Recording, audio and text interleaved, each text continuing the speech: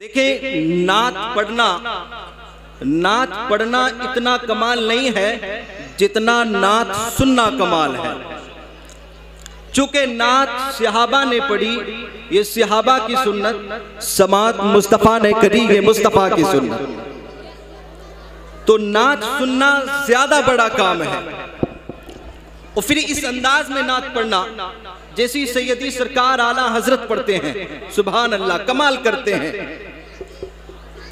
آپ فرماتے ہیں پیش حق مزدہ شفاعت کا سناتے جائیں گے، پیش حق مزدہ شفاعت کا سناتے جائیں گے، آپ روتے جائیں گے ہم کو ہنساتے جائیں گے، آپ روتے جائیں گے ہم کو ہنساتے جائیں گے. اور فرماتے ہیں وسعتیں دی ہیں خدا نے دامن محبوب کو، جرم کھلتے جائیں گے آقا چھپاتے جائیں گے، جرم کھلتے جائیں گے آقا چھپاتے جائیں گے. اور فرماتے حشر تک ڈالیں گے ہم پیدائش مولا کی دھوم، حشر تک ڈالیں گے ہم پیدائش مولا کی دھوم، مثل فارس نجد کے قلعے گراتے جائیں گے.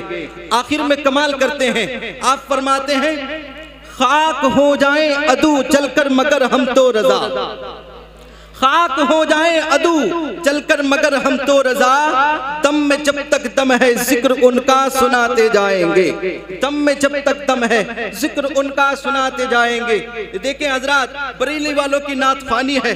ایک روز کیا ہوا حضرت توجہ کے، ایک روز سیدی سرکار، ہم مدرسہ منظر اسلام میں تعلیم حاصل کرتے ہیں، ہمارا روز کا ہر طالب علم کا یہ معمول رہتا ہے نماز فجر کے بعد درگاہ شریف میں تشریف لے جاتے ہیں اور قرآن شریف کا ایک جز یا دو جز جتنا آپ کو ہم کو میسر ہوتا درگاہ شریف میں جا کر ہم قرآن کی تلاوت کرتے.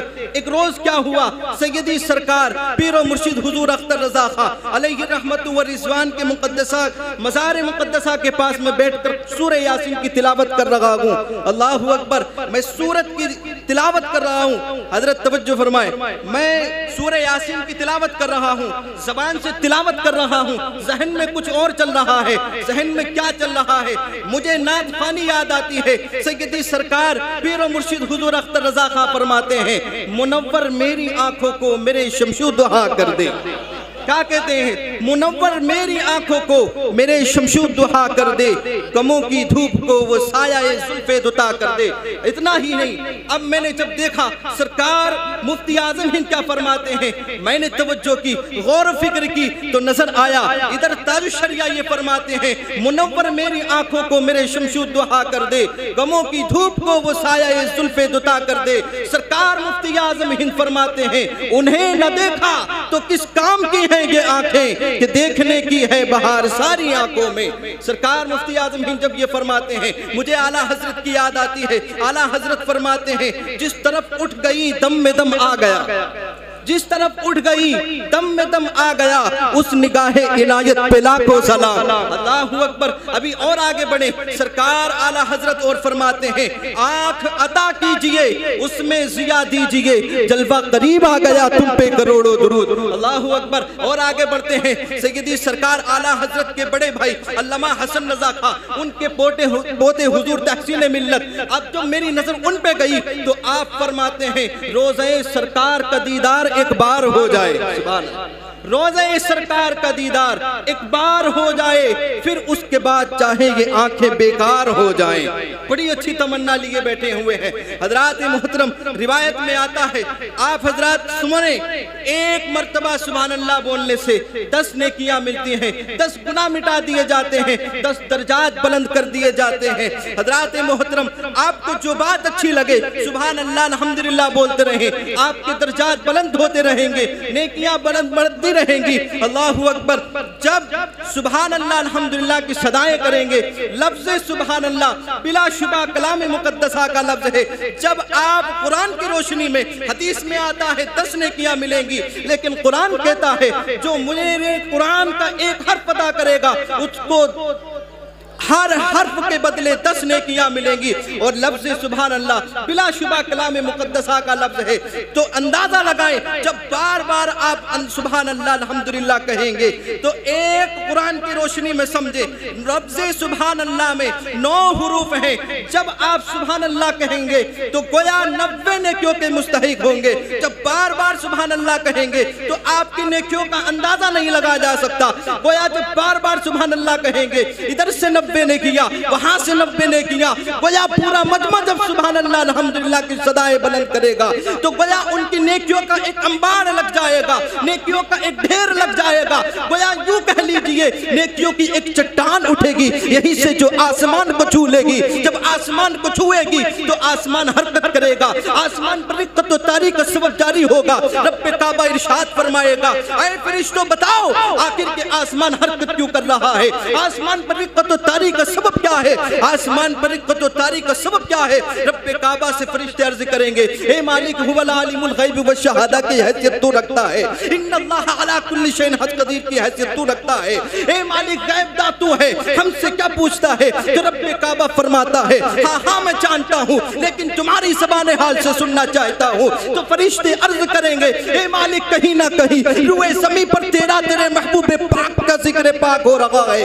اس محفل میں سبحان اللہ الحمدللہ کی صدائیں بلند ہو رہی ہیں جن کی وجہ سے ان کی محفل میں سبحان اللہ الحمدللہ کی وجہ سے ان کی نیکیوں کا انبار اتنا خطرناک ہوا. گویا وہیں سے نیکیوں کا ایک ڈھیر اٹھا ہے, نیکیوں کی ایک چٹان اٹھی ہے جس نے آسمان کو چھو لیا ہے. آسمان اسی کی وجہ سے حرکت کر رہا ہے. رب کعبہ ارشاد فرماتا ہے اے میرے فرشتوں بتاؤ آخر یہ آسمان کب تک حرکت کرتا رہے گا, کب تک آسمان پر رقت و تاری کا سبب جاری رہے گا. رب کعبہ ارشاد فرماتا ہے تو فرشتے عرض کریں گے اے مالک تو یہ بھی جانتا ہے آخر یہ آسمان کب تک حرکت کرتا رہے گا, کب تک آسمان پر رقت و تاری کا سبب جاری رہے گا. تو رب کعبہ ارشاد فرماتا ہے ہاں ہاں میں جانتا ہوں لیکن تمہاری زبان حال سے سننا چاہتا ہوں. تو فرشتے عرض کرتے ہیں اے مالک مولا جب تک اس محفل میں سبحان اللہ الحمدللہ کہنے والوں کی بخشش و مغفرت نہ کر دے گا جب تک یہ آسمان حرکت کرتا رہے گا.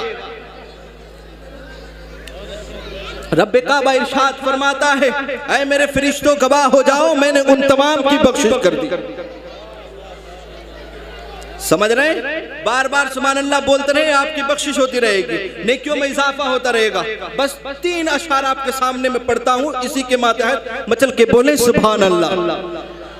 میں نعت پاک پڑھوں پیش کر کے بسم اللہ, میں نعت پاک پڑھوں پیش کر کے بسم اللہ,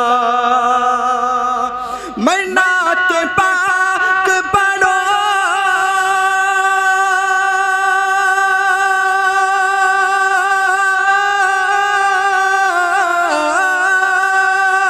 میں نعت پاک پڑھوں پیش کر کے بسم اللہ, جو آپ کہہ دے مچل کے سبحان اللہ, جو آپ کہہ دے مچل کے سبحان اللہ. دیکھیں ہمارا مسلمان کتنا حریص ہے, دل میں تمنا لیے بیٹھا ہے کہ قبر سے اٹھ کے سیدھا جنت میں چلا جاؤں گا, قبر سے اٹھ کر سیدھے جنت میں چلا جاؤں گا. لیکن افسوس ہوتا ہے کہ وہ گھر سے اٹھ کے مسجد تک نہیں آ سکتا. بڑی اچھی تمنا ہے, دل میں تمنا لیے بیٹھا ہے کہ کاش قبر سے اٹھے اور جنت میں چلا جائے.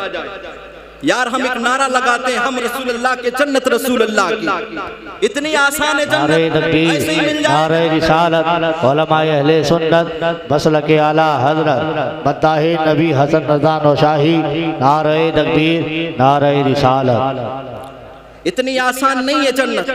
ٹھنڈے ٹھنڈے پانی سے فجر کے وقت میں سخت سردیوں میں ٹھنڈے پانی سے وضو کر کے گرم بستر کو چھوڑ کے رب کی بارگاہ میں سر کو سجدے میں رکھنا ہوگا. ڈاکٹر اقبال اس کا پس منظر کھینچتے ہیں, کہتے ہیں کہ بروز حشر بے خوف جنت میں گھس جاؤں گا میں, وہاں سے آئے تھے آدم وہ میرے باپ کا گھر ہے. فخر دیکھیں جنت ہماری ہمارے باپ کی، کہہ رہے بروز حشر بے خوف جنت میں گھس جاؤں گا میں، وہاں سے آئے تھے آدم وہ میرے باپ کا گھر ہے۔ اللہ اکبر، اپنے اعمال پہ جب نظر ڈالی، گریبان میں جب جھانکا، دیکھا نیکیوں کا پلہ بالکل خالی ہے، لیکن ہمارے پاس نمازیں نہیں ہے، قرآن کی تلاوت نہیں ہے، روزے ہمارے پاس نہیں ہے، تو کہنے پر مجبور ہوئے ان اعمال کی بنا پر جنت کا طلبگار ہے کیا؟ وہاں سے نکالے گئے آدم تیری اوقات ہے کیا؟ وہاں سے نکالے گئے آدم تیری اوقات ہے کیا؟ تو دیکھیں شاعر اس کا پس منظر کھینچتا، سماعت کریں۔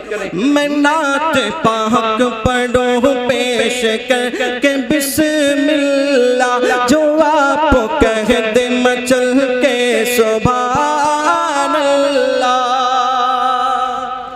جو موت آئے تو آئے میری مدینے میں، جو موت آئے تو آئے میری مدینے میں، جو موت آئے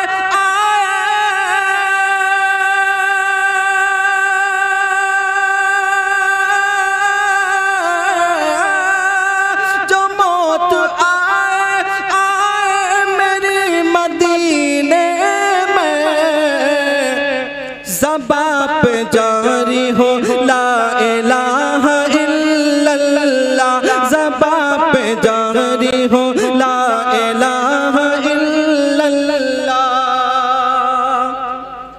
خدا نے غیب سے امداد میری فرمائی، خدا نے غیب سے امداد میری فرمائی، خدا نے غیب سے امداد میری فرمائی، کہا جو میں نے مدد کیجئے رسول اللہ، کہا جو میں نے مدد کیجئے رسول اللہ۔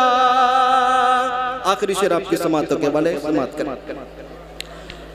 حیات مرد نے پائی تو جی اٹھا زمزم، حیات مرد نے پائی تو جی اٹھا زمزم، حیات مرد نے پائی تو جی اٹھا زمزم، جو غوث پاک نے فرمایا کن بِإِذْنِ اللہ، جو غوث پاک نے فرمایا کن بِإِذْنِ اللہ، میں نعت پاک پڑھوں پیش کر کے بسم اللہ، جو آپ کہہ دے مچل کے سبحان اللہ۔ السلام علیکم ورحمۃ اللہ۔